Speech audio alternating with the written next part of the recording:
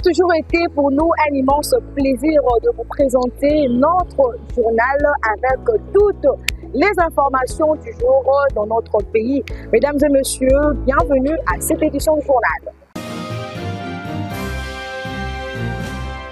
Et pour tout commencer, le président de la République, Félix-Antoine Tshisekedi Tshilombo, a inauguré la journée de la RDC à l'Expo Doha 2023. C'était au cours de son séjour de 2 jours au Qatar. Regardez. Le président Félix Tshisekedi a achevé sa mission de 2 jours à Doha, au Qatar, durant laquelle il a eu plusieurs rencontres, notamment un tête-à-tête avec l'émir du Qatar pour échanger sur 2 questions de coopération bilatérale et d'investissement.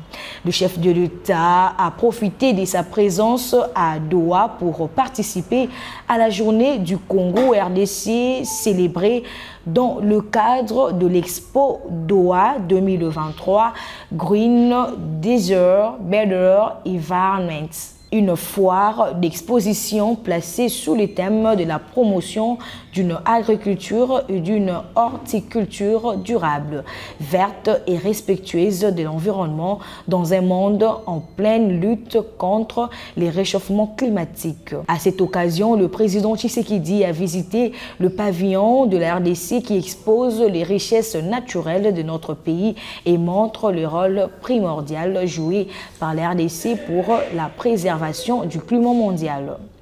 Enfin, l'ambassadrice de la RDC au Qatar a relevé la nécessité d'entretenir de bonnes relations bilatérales avec son pays d'accueil. Signalant par ailleurs que l'Expo Doha 2023 se tient au Qatar jusqu'au 28 mars 2024. Et dans le reste de l'actualité, Gérard Moulumba dit Gekoko n'est plus vice-gouverneur de la ville de Kinshasa, élu député provincial de Limeti. Gekoko a rendu le tablier, optant ainsi pour son mandat de député provincial. Suivez.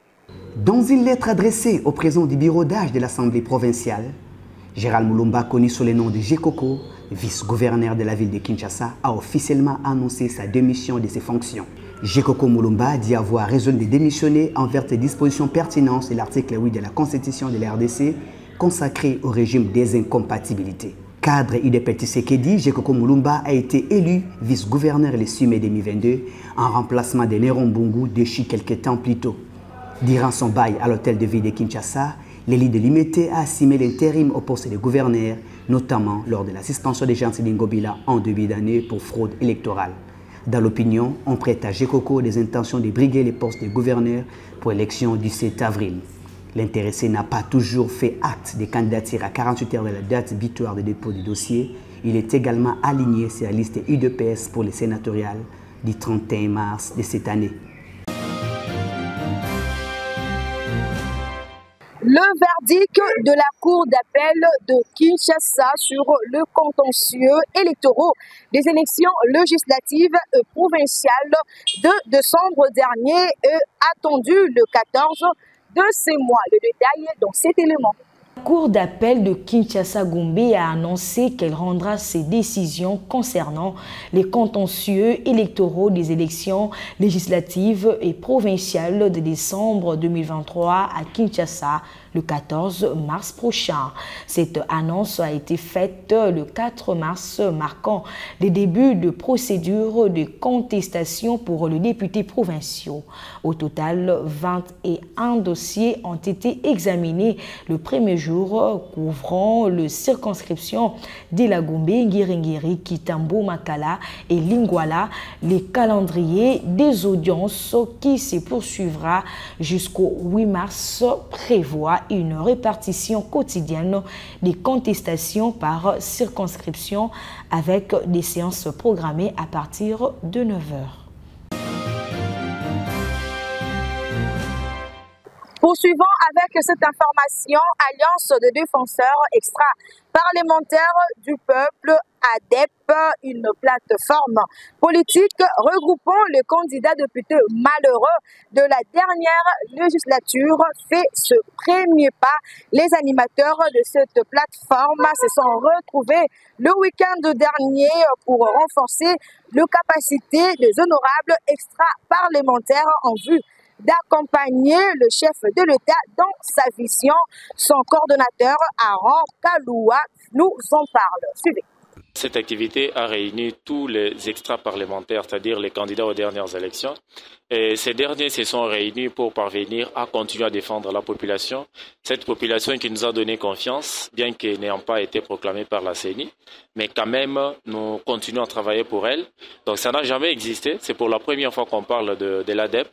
Ou qu'on parle des extra-parlementaires qui continuent à travailler de la même manière que les parlementaires, mais en dehors, mais tous pour le bien de la population congolaise. Mais aussi la mission deuxième que nous nous sommes accordés, c'est de continuer à divulguer les actions du chef de l'État, défendre sa vision par rapport à ce deuxième quinquennat. Et en dehors de cela, comme vous pouvez le remarquer, c'est vrai, lorsque nous sommes sortis, nous avons fait notre sortie officielle. Ça date du 10 février. Juste après, on a vu des groupuscules se créer pour peut-être chercher à s'adapter par rapport à la vision que nous avons eue. Mais ces derniers, peut-être, n'ont pas compris la vision qu'on avait par rapport à la création de l'ADEP. Raison pour laquelle, aujourd'hui, nous avons souhaité que les extra-parlementaires que nous sommes, nous puissions émettre sur une même longueur d'onde, c'est-à-dire expliquer la vision, comment ces derniers pourront se comporter sur le terrain, comment ils vont parvenir à ramener ce qu'il y a comme préoccupation sur le problème de la population auprès de dirigeants, parce que nous sommes comme les ponts entre les dirigeants et la population. Il y a des doléances peut-être que les parlementaires ne pourront pas mener, mais nous qui sommes des extra-parlementaires, nous sommes en train de travailler pour que notre population qui nous a donné confiance pendant la campagne électorale puisse continuer à nous l'accorder et que nous puissions lui montrer de quoi nous sommes capables.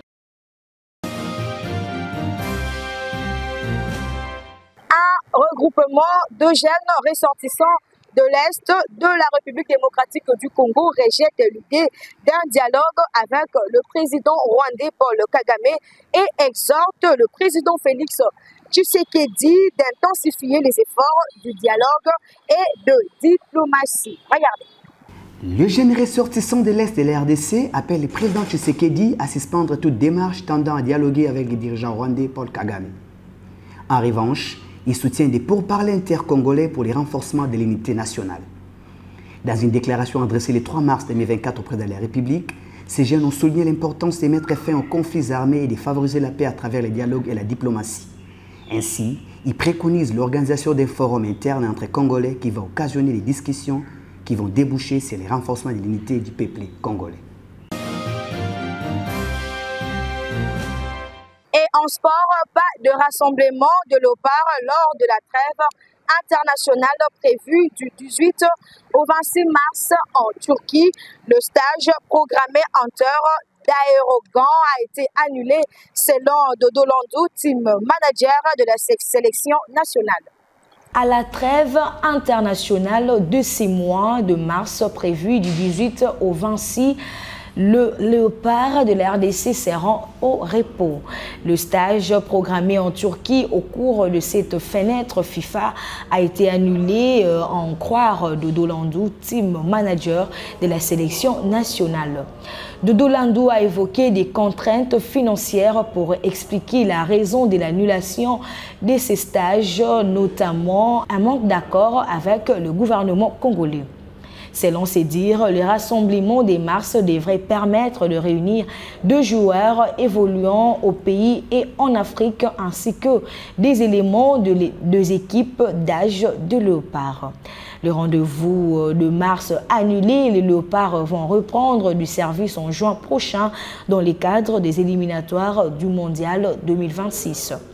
Le 11 national sera reçu par les Lions de la Teranga du Sénégal à Dakar avant de jouer les éperviers du Togo à Kinshasa. C'est par ici que nous bouclons ces numéros de votre magazine Activiste. Restez toujours branchés pour ne rien rater. Tenez bien ensemble à vous.